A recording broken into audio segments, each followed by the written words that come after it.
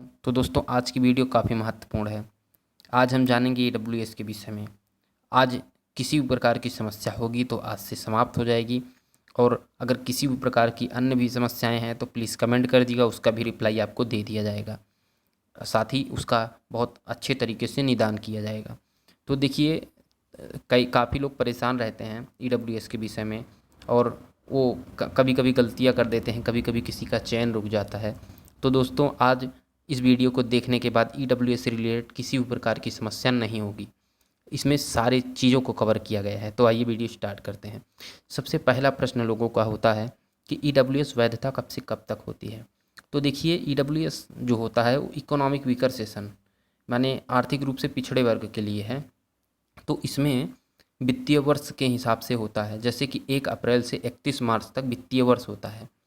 तो उसमें अगर आप AWS जो होता है वो 1 अप्रैल से बनना स्टार्ट होता है और 31 मार्च तक बनता है, और 31 मार्च को ही एक्सपायर हो जाता है। कहने का आशय ये है कि अगर आप 31 मार्च को बनवाते हैं तो 31 मार्च को ही एक्सपायर हो जाएगा, और अगर आप 1 अप्रैल को बनवाते हैं तब भी 31 मार्च को एक्सपायर होगा। कितना भी नया प्रमाण पत्र होगा 31 मार्च उसकी तय सीमा पे ही एक्सपायर होगा। और ये जो है मुख्यतः 2 प्रकार का होता है, एक सेंट्रल AWS सर्टिफिकेट, दूसरा स्टेट AWS सर्टिफिकेट। और दोनों में अंतर क्या है पहले जान लें। जितनी राज्य की परीक्षाएं होती हैं उसमें राज्य का AWS यानी कि स्टेट AWS सर्टिफिकेट लगता है। काफ़ी बच्चे नहीं जानते हैं और वो रेलवे, SSC एवं UPSC का फॉर्म भरते हैं या किसी अन्य सेंट्रल जॉब्स में भरते हैं, तो उसमें वो लोग स्टेट का AWS सर्टिफिकेट समझ नहीं पाते हैं, बनवा के रख लेते हैं और बाद में डॉक्यूमेंट वेरिफिकेशन के समय बाहर हो जाते हैं। तो देखिए, अगर आप जनरल क्वालिफाई करते हैं तो किसी भी AWS की आवश्यकता नहीं है। स्पष्ट रूप से अगर आपने कोई भी फॉर्म भरा हुआ है और आप चिंतित हैं कि मैंने AWS नहीं बनवाया और AWS पे क्लिक कर दिया है, जैसे कि काफ़ी बच्चों ने रेलवे और NTPC के फॉर्म भरे हुए थे, तो उनको चिंता की कोई आवश्यकता नहीं है। अगर वो जनरल क्वालिफाई करते हैं तो उनको अनारक्षित सीट पर चयन मिल जाएगा और कोई दिक्कत नहीं होगी। दूसरी बात, स्टेट का AWS, जैसे स्टेट मैंने बिहार, उत्तर प्रदेश, झारखंड, छत्तीसगढ़, असम, ये सब जो राज्य हैं इनका अपना स्टेट होता है, तो स्टेट AWS सर्टिफिकेट लगता है। जैसे कि उदाहरण के तौर पर उत्तर प्रदेश ले लिया जाए तो उत्तर प्रदेश में UP PCS हो गया, UPSI हो गया, UP पुलिस हो गया, UP SSSC हो गया।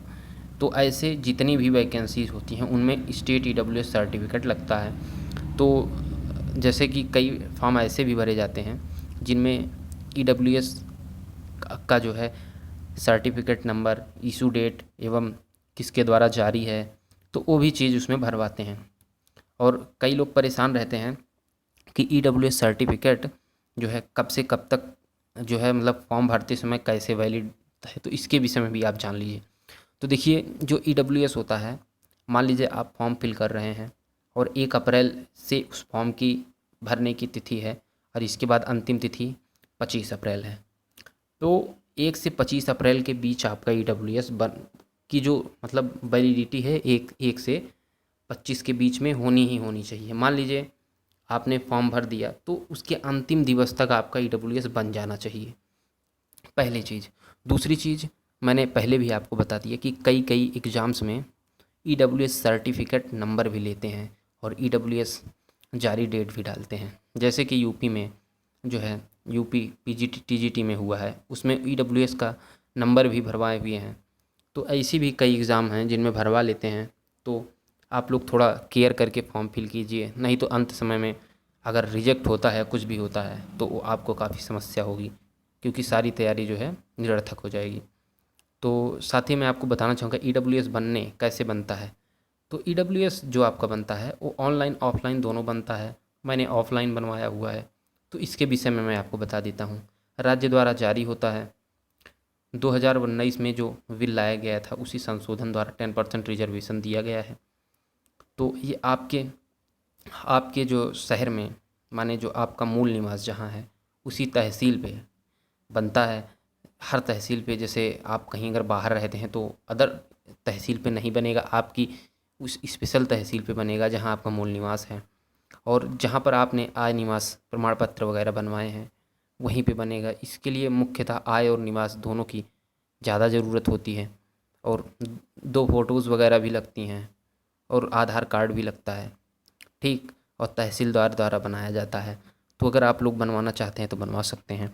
और साथ ही किसी भी प्रकार की समस्या होती है तो प्लीज़ कमेंट सेक्शन में कमेंट करना मत भूलिएगा। और किसी अन्य से रिलेटेड आपको वीडियो चाहिए तो प्लीज़ कमेंट करिएगा। और दोस्तों, अगर वीडियो अच्छा लगा हो तो प्लीज़ वीडियो को लाइक करिएगा और अपने दोस्तों में भी शेयर करिएगा। और प्लीज़ कमेंट सेक्शन में जय हिंद लिखना ना भूलें। जय हिंद।